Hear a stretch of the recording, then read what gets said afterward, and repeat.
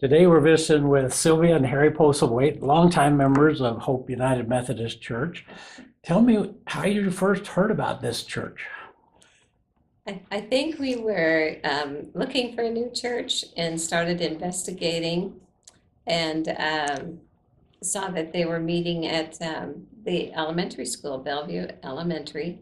So we attended a few times and really enjoyed the casual atmosphere of the service. Remember that they did children's moments and they were they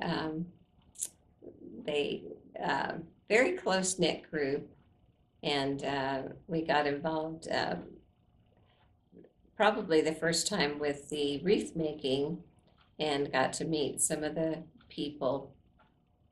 The, But the Brutons, the Emmerichs, the Halls, the Hansons, to name a I few. think the Wilsons And maybe. Lindauer, That was later on, I think.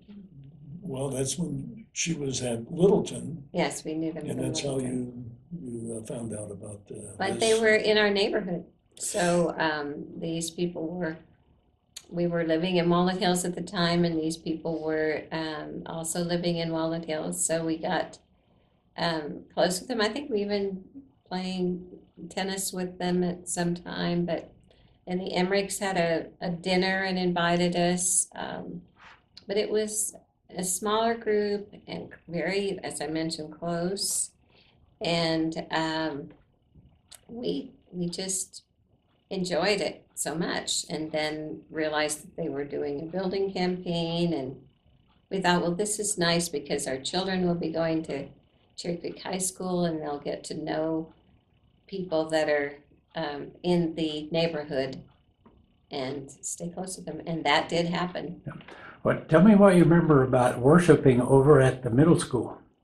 Well, Children's moments, a small group, Bob Cole's ponytail. Did they have a choir? yes, Yeah. and Barbara Lair was the choir director, and it was a nice choir. Yeah, we thought he was a very modern pastor, Bob Cole. And the end of service, he would say shalom, and I thought, this is very progressive. But we stayed. Yeah. You've been members here since 1979. 70, About well, that members, time, yes, yeah, but you came prior to that. yes. Yeah. They were meeting over in the church in 76, 77 before this building was built. Mhm. Yeah. Do you remember when they started making plans to build a building and have a church? Yes, Yes, we do. yes, we do, very well. And when they built the additional sanctuary, when that was done, Yeah, I think I was still a lay leader at that time, and I did some of the shoveling. when But we it, were working, was that when we were working with the Barbers, Pete and Marilyn Barber, to do fundraising? Yeah, And that that was the second, that was the addition. that was the second, yeah, for the That was addition. for the sanctuary. And Dave but, Hall was such a large contributor in the leadership, as well as Dick Hansen. Yeah. And over the years, Dick Hansen would put together retreats, planning retreats. He would call them down in the Baptist Center, just north of Colorado Springs. And we'd come up with various planning things, including our mission statements and that. But Dick did a lot of studying of the sociology of churches and present that at these meetings, and they were really, really important. And some of the women that I remember that were so strong in the development of the church were Carol Bruton, and I think she was our Sunday school superintendent for a long time. Long time. Had a very large Sunday school at that time, and I was a Sunday school teacher for a while with Judy Christensen. We had fun in our planning and doing that together. And then, of course, Big Hanson was a huge influence in the church, and had so many programs going, from the turkey dinners at Thanksgiving to really spearheading the youth talent shows, and whatever committee she kept Harry going to committee meetings by her cookies, bringing cookies for Harry. One of the names that comes up in the early history of this church is Victor Schult. Do you remember Yes. him? Very well. Victor visited us at our house one time after a service. But I also remember visiting Vic when he was in the hospital with his leukemia. And he's one of the reasons this church grew so rapidly Yes. back in those days. I think I remember when he visited us at home, us saying that we said, gee, I think we should join this church. What was it about him that attracted you? Oh, He was not, number one, he wasn't pushy. He was just adorable. He really was. He's very easy to talk to, Mhm. and just a nice guy. Very, A really nice guy. very open and genuine, just a genuine guy. I wish we celebrated a little bit more Schult Hall up there, Yeah. which no one seems to know much about the history of. But it was named after Vic because Vic had such a large influence Mhm. And the growth. in the growth of the church. Growth of the church. Well, that fellowship hall, when I first came here, was the church. Yes, Do it you was. remember when we had it as a multi-purpose room? We ate in there, we had classes in Oh, there, we yeah, had service in absolutely. there. Yeah. What do you remember about those days? Oh, Al Brown's short sermons and get us out in time to see the 11 o'clock Bronco game. no, I do remember Al. Yeah, he had great little short sermons. Harry, I think, had to advise him to make them a little longer at one point, when you were lay leader, I think. And I do remember he would get outside very quickly so that he could smoke his pipe. Yes, he liked to smoke a He pipe. liked to smoke a pipe. But we cannot forget his dear wife, Laura, who was Laura was wonderful. a huge influence in the as far as education and classes. And I remember taking some classes with Laura, and she was a very wise, wonderful woman. So we did really enjoy the Browns a lot. Well, you mentioned earlier that the social nature of some of the groups that met with the church attracted you and was part of the strong attraction to be a member here. Tell us how those gatherings went. Oh, those were wonderful. You know, from the tables of 8, and Now, were those started by Marilyn Lesser or was that with Vivian?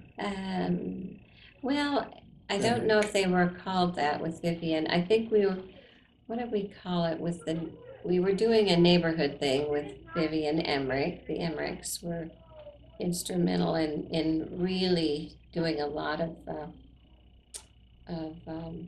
connections and gatherings.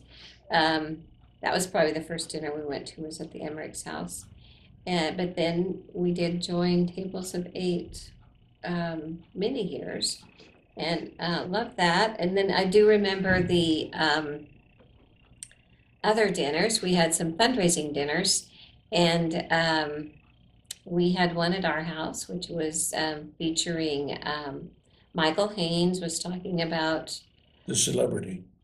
Michael Haynes, a celebrity, was talking about investments, and we had, I think there were 8 people at our house.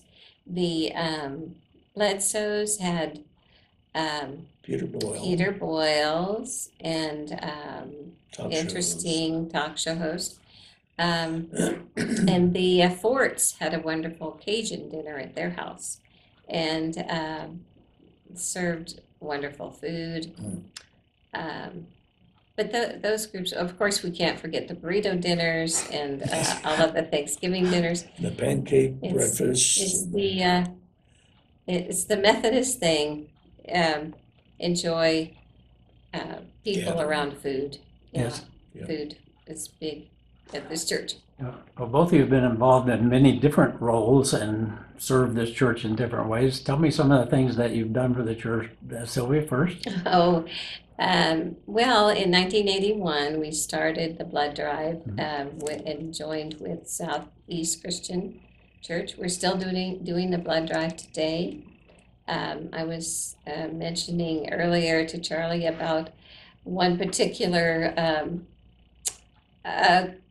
person, donor, blood drive donor, called George Schnurley, and he would be at every blood drive as well as Charlie. Charlie was one of our best givers, but one particular Sunday morning, he was allowed to speak before the congregation, and he spread his arms wide and he said, Jesus gave his blood for us. We need to give some for our fellow man.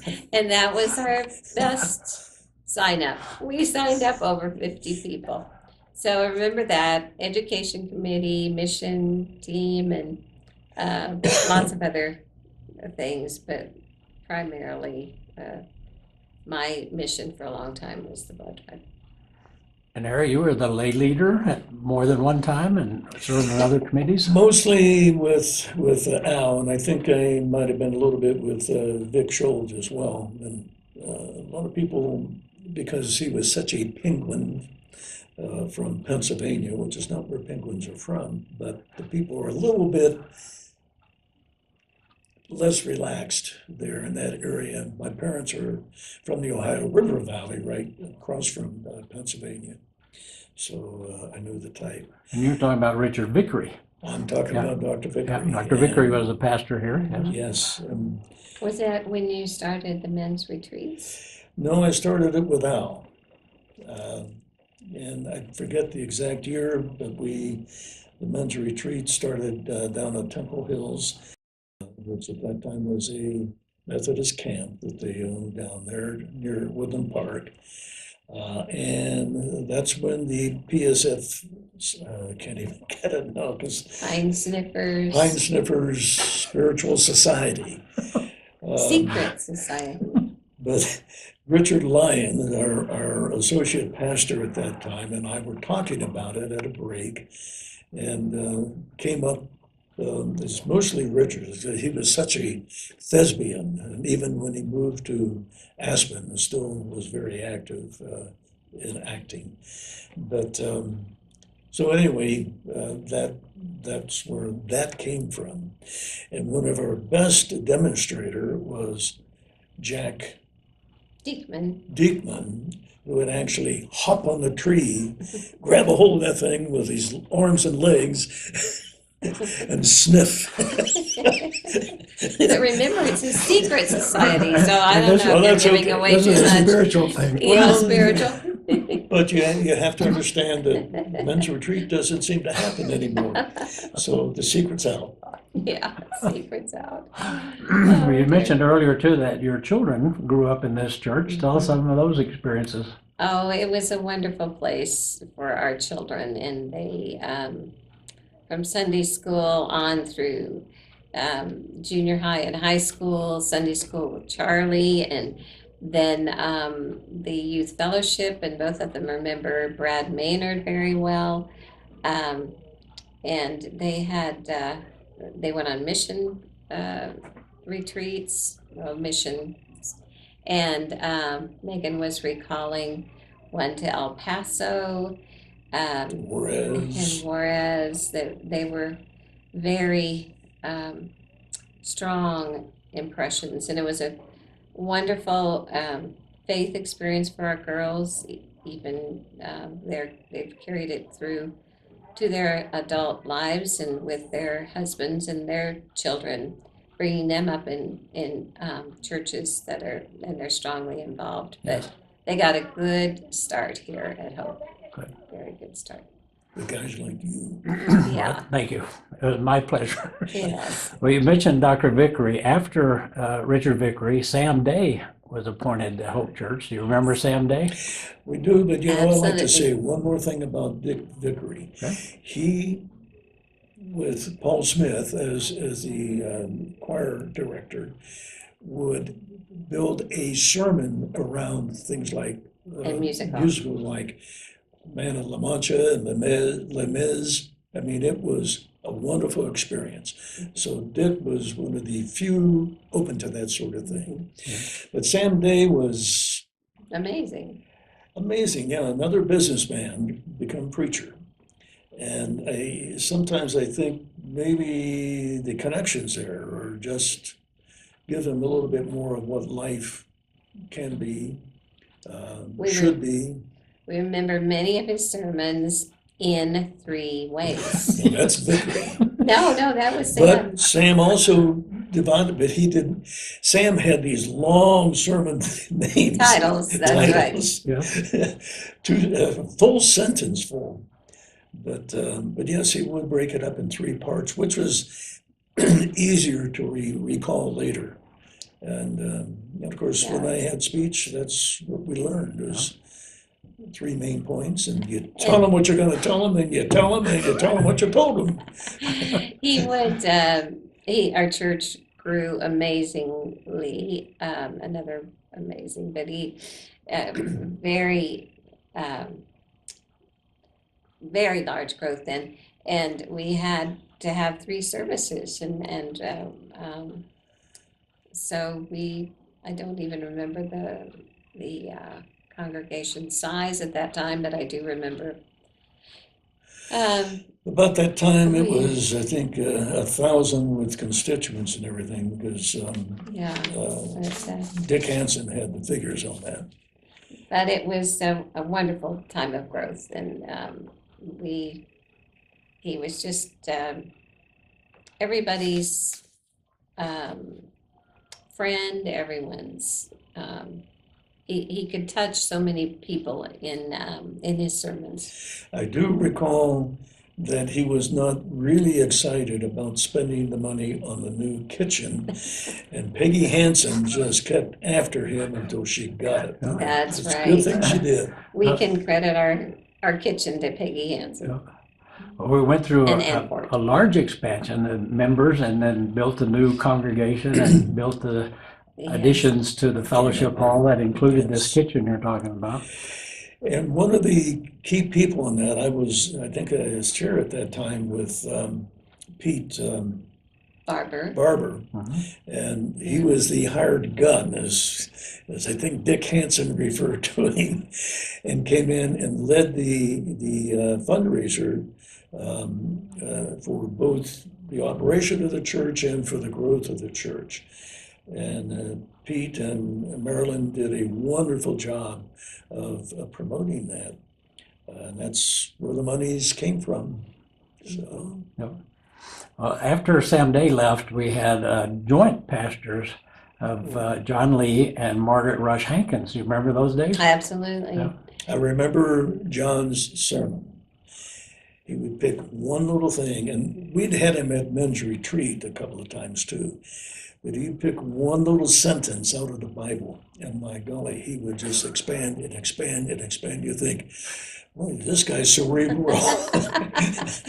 And I remember Margaret experiencing a female pastor for the first time. Yes. Yeah. And I really thought we were, again, progressive in having a co-pastorate with a male and a female. And I was very enthusiastic about that, and loved Margaret's sermons and John's equally. And I thought, what a nice, often contrast they would have in their presentations and their thoughts.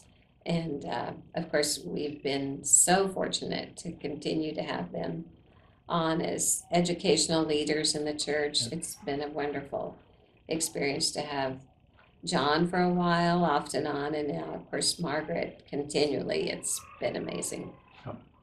Margaret also served with Steve Miller as a Right. joint pastor after John Lee left. Mhm. And then she had, I believe, served as a district superintendent Yes, before Schreier. that. So we had several years with Margaret, and it's a pleasure to have her back It as part of the is. congregation Yes. now. It is. Yeah. It's, yeah, we've gone to her classes frequently.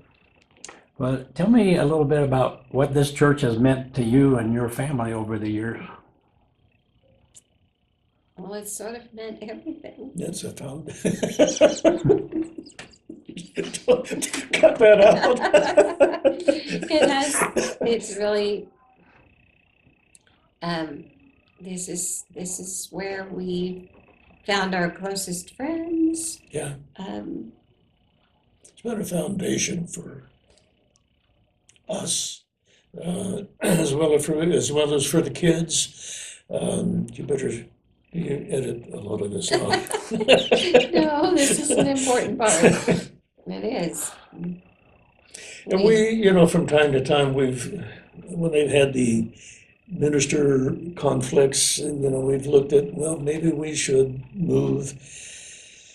And I probably would have been a little bit quicker to move, but Sylvia said, this is where our friends are, and she's right.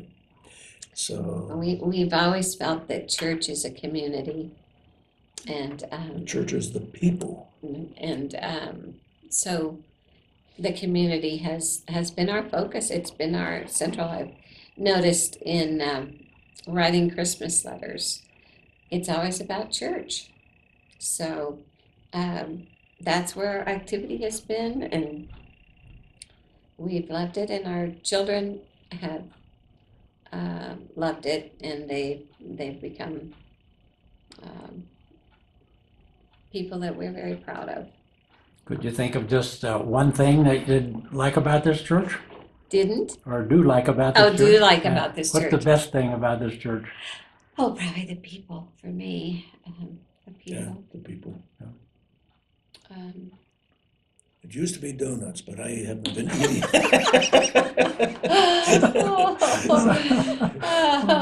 but yeah, the leadership has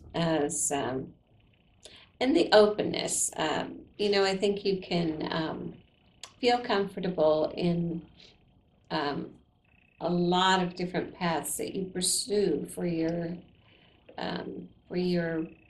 spiritual growth. I think it's open to many different approaches. And as we talked about earlier, some of the information that has been listed, we don't talk about the associate pastors. Besides Victor Schultz, there was John Laughlin. Some problems arose there. There was Schugert, Lois Lois Schugert, Schubert, and Richard Lyons, and Llewellyn. Jim Llewellyn. Yeah, the Lions. And one of the best associates we've had has been our current Stephanie Price. Yes. She has been the glue that kind of held things together between changes of pastors.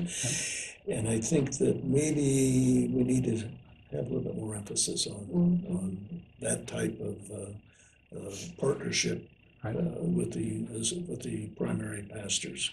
And some of the things she's doing today, the path, Yes. has been a wonderful, I've done 2 or 3, and it's been a wonderful experience for me. She's, again, a wonderful leader, and very, very open and accepting to new ideas, and to helping, again, in my growth process, for sure. Right.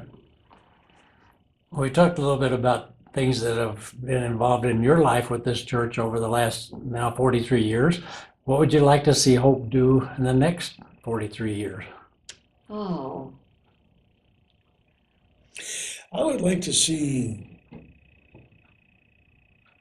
one service until we expand the congregation enough that we need two services.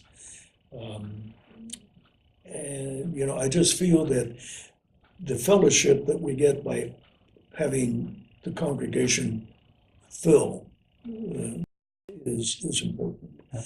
I would like to see it expand to the point that we can support more outreach ministries, which we've done a pretty good job for such a small church that we've become. But I think at one time there was a bishop that said, well, you're a dying church or a congregation. Things are getting old. People are getting old. Well, we need some vitality in order to bring young people in again. And we all know we had soccer and those sort of functions with our kids. Sure. We were younger, but now they seem to have taken over so much of their lives. Sundays. On Taken Sundays, over Sundays. yeah, especially Sundays. So somehow or other, we need to get that cohesiveness back so that this is the foundation for their family life. I think too, seems like we've slacked off a bit with our dinners. I'd like to see more Absolutely. social events that involve the whole church, and I know we're doing some of that, which is, I think, been received very well, but I'd like to see a little bit more with things like the burrito dinners, or I know that Jane Ulaki has started some wonderful dinners for the whole church, and particularly people that don't have a family close by, and that's been important and should be, I feel like, expanded, some help for her. We talked about some special people and special events and special tasks that you assist this church with. Anything else you can think of that you want to tell us about your involvement here with Hope? Oh, well,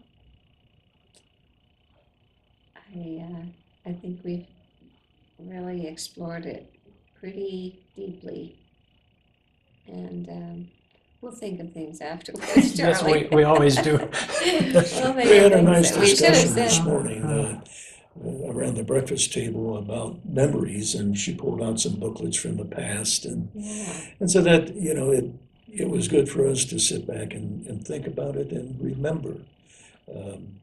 As we look forward, remember the past. Yes.